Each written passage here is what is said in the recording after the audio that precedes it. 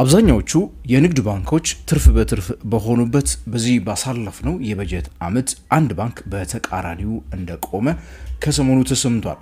የጠቅላላ ጉባኤያቸውን እያካሄዱ ያሉት አብዛኛዎቹ የሀገራችን የንግድ ባንኮች ባሳለፍነው ጊዜያት እንግዲህ ያስገቡት ገቢ መጨመሩን፣ የሰበሰቡት ቁጠባ መጨመሩን፣ ያበደሩትን ብድር መጨመሩን ብቻ እየነገሩን ነበረ።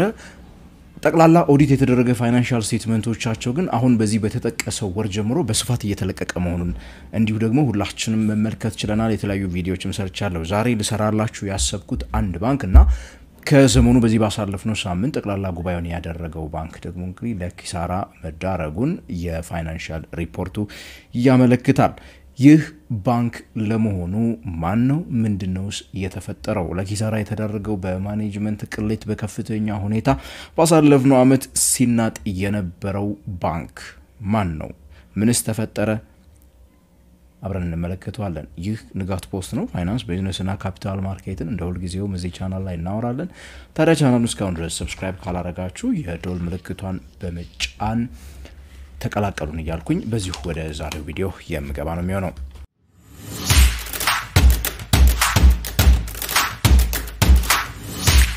ያወራን ያለነው ስለ ንብ ባንክ ነው። ደግሞ ንብ ባንክ እያልን ስለምንጠራው ባንክ ነው። ንብ ባንክ እንግዲህ በኢትዮጵያ ውስጥ ቀዳሚ ከሚባሉ የግል የንግድ ባንኮች ውስጥ አንዱና ዋነኛው ነው። በቀደሙት ጊዜያት በጣም ትልቅ ከነበሩ ባንኮች ውስጥ አንዱ ነው። ነገር ግን ባሳለፍናቸው ጥቂት ዓመታት ውስጥ ከማኔጅመንቱ ጋራ በተያያዘ ከፍተኛ የሆኑ የህግ ጥሰቶች ሲፈጽም የነበረና ከፍተኛ የሆነ ኦፕሬሽናል ስህተቶችን የፈጸሙበት ዓመት ነበረ። በዚህም መሰረት እንግዲህ የማኔጅመንት ለውጥ ሲደረግለት ነበረ። ከዛም በኋላ አዲስ የመጣው ማኔጅመንትም እንዲሁ ያው እርግጥ የማኔጅመንት አባላቶቹ ቢኖሩም ሲኦዋ ግን ተመልሳ ወደ ሌላ ባንክ ከንግድ ባንክ የመጣችው ተመልሳ ሌላ አመራር ስልጣን ላይ እንደወጣችና ቃለን ወደ ልማት ባንክና ማለት ነው። ከዛ በኋላ ሌላ አዲስ ሲኦ መጥቶለት እንግዲህ በስራ ላይ ነበረ እና በዚህ በተጠቀሰው ጊዜ ውስጥ እንግዲህ ንብ ባንክ በብዙ ዘርፎች ማለት በሚቻልበት ደረጃ ከዚህ ቀደምም እንዳልኩት ወይ ደግሞ ከዚህ ቀደም በሰራዋቸው ቪዲዮዎች ላይ እንደምታስታውሱት ጥሩ ምርታዎችንም አሳይቷል በዚህ ባሳለፍነው ዓመት ማለት ነው። እርግጥ ነው ቁጥሮቹ እንደ ሌሎቹ ባንኮች በዘንድሮ ዓመት ማለት ነው ወይ ደግሞ ባሳለፍነው የበጀት ዓመት ያሳዩት አይነት ውጤት በጣም ከፍ ያለ ነው ባይባልም ጥሩ የሚባሉ ምርታዎችን ያሳየበት ዓመት ነው ማለት ትችላላችሁ። ለአብነትም ያክል ባንኩ ከደንበኞቹ የሰበሰበው ቁጠባ 51.3 ቢሊዮን ብር ደርሷል። ይሄም የ14% እድገትን አሳይቷል ከቀደመው የበጀት ዓመት ማለት ነው። በጣም እንደዚህ ችግር ውስጥ ላለ ባንክ ጥሩ የሚባል ምርታ ነው። እርግጥ ነው እንግዲህ ከነዚህኞቹ ከምን አይነት ደንበኞች ነው ገንዘቦቹ የመጡት የሚለው ነገር ብዙ ጊዜ ያው አጠያቂ እንደሚሆን ታውቃላችሁ። እሱ በግልጽ የተባለ ነገር ስለሌለ ማለት ነው። አሁን ምን መጥቷል? አንዳንድ ባንኮች ፊክስድ ታይም ዲፖዚቶችን በከፍተኛ ወለድ ምጣኔ እየከፈሉ ወደ ራሳቸው መሳብ ሙከራን ስለሚያደርጉ የቁጠባ መጠናቸው ሊጨምር ይችላል። በእኛ ሀገር ቁጠባ መጠኔ ብዙ ጨመረ የሚል ባንክ በሰማን ቁጥር ኦኬ ምን ያህሉ በጣም አዋጭ ነው ማለትም በ7% በጣም ርካሽ በምትባለው አብዛኛዎቻችን በሚከፈልን የቁጠባ መጠን ምን ያህሏ ነው የመጣችው? ምን ያህሏ ነችስ? በእነዚህ በ10 ምናምን በመቶ አንዳንድ ባንኮች አውቃለሁ ንብን እያልኳቸው አይደለም።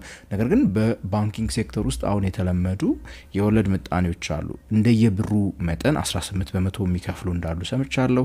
ከ19% እስከ 20% ድረስ የወለድ ምጣኔን ለአመት የሚከፍሉ የንግድ ባንኮች ባሉበት ሁኔታ የቁጠባ መጠን ማደግ ያው እነዚህ ነገሮች በግልጽ የሚያስቀምጥበት ጊዜ ይመጣል ብዬ ተስፋ አደርጋለሁ። ኤኒዌይስ ግን ንብ ባንክም ቢሆን ጠቅላላ ከደንበኞች የሰበሰበው ገንዘብ 51.3 ቢሊዮን ብር ስለመድረሱ ሰምተናል። ገቢውም እንዲሁ በዚህ ባሳለፍነው ዓመት የ4.6% እድገትን ያሳየበት ዓመት ነበረ ከቀደመው ዓመት። በዚህም 11.3 ቢሊዮን ብር አካባቢ እንግዲህ ገቢው ደርሷል ማለት ነው። ይሁንና እንግዲህ ቅድም እንደነገርኳችሁ ባንኩ ባሳለፍነው ዓመት ወይ ደግሞ ባንኩ ባሳለፍነው የበጀት ዓመት ወደ ኪሳራ ውስጥ የገባበት ዓመት ነበረ። ይሄኛው የተመለከትናቸው እድገቶች ቢኖሩ ማለት ነው። ኪሳራው ኔት ሎስ ብሎ እንግዲህ በፋይናንሻል ስቴትመንቱ የተመዘገበው 2.9 ቢሊዮን ብር ነው።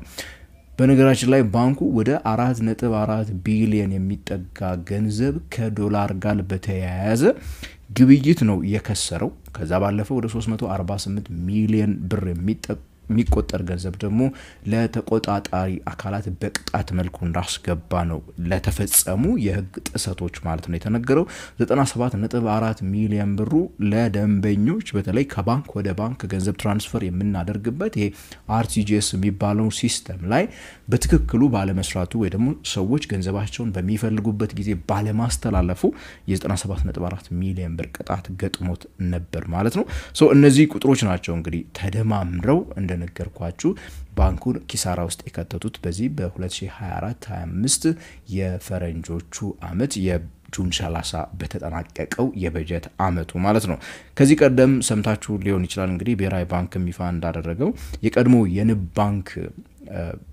ማኔጅመንት አባላት ማለት ነው ወደ 80 ሚሊዮን የአሜሪካን ዶላር የሚጠጋ ገንዘብ በኤልሲ መልኩ ከፍተው ነበር ሌተር ኦፍ ክሬዲት የምንለው ኢምፖርተሮች ገንዘብ በሚያስፈልጋቸው ሰዓት ጋራንቲ የሚሰጡበት ለዛ ላለው ኮረስፖንደንት ባንክ ወይ ደግሞ ኤክስፖርተሩ ላለበት ሀገር ባንክ ምን ብለው ይልካሉ ዶክመንቶችን እንደሚሰጡ ታቃላችሁ ለኤልሲ በሚባለው ማለት ነው በዚህ መሰረት 80 ሚሊዮን ዶላር የሚያወጣ እቃ ለመግዛት የሚያስፈልግ ኤልሲ ከፍተው ለዚህ የሚያስፈልግ ወደ 5.5 ቢሊዮን ብር በጊዜው ማለት ነው ተቀብለው ነበር ይሄ ፍሎቲንግ እና ይሄ የዶላር ከብር አንፃር የሚተመንበት ዋጋው በገበያ ከመወሰኑ በፊት የተደረገ ነገር እንደመሆኑ እንግዲህ ከላይ የጠቀስኩላችሁ ወደ 4 ነጥብ ምናምን የሚጠጋ ቢሊዮን ብር ኪሳራ የመጣው ለዚህ ነው ማለት ነው ምን ማለት ነው እርግጥ እንዴት እንደሆነ እርግጠኛ ባልሆንም የተፈጠረበትን ሁኔታ ነገር ግን ያ 80 ሚሊዮን ብር ከኢትዮጵያ እቃውን ኢምፖርት ማድረግ የፈለጉ ሰዎች 80 ሚሊዮን ዶላሩ ማለት ነው ይቀርታ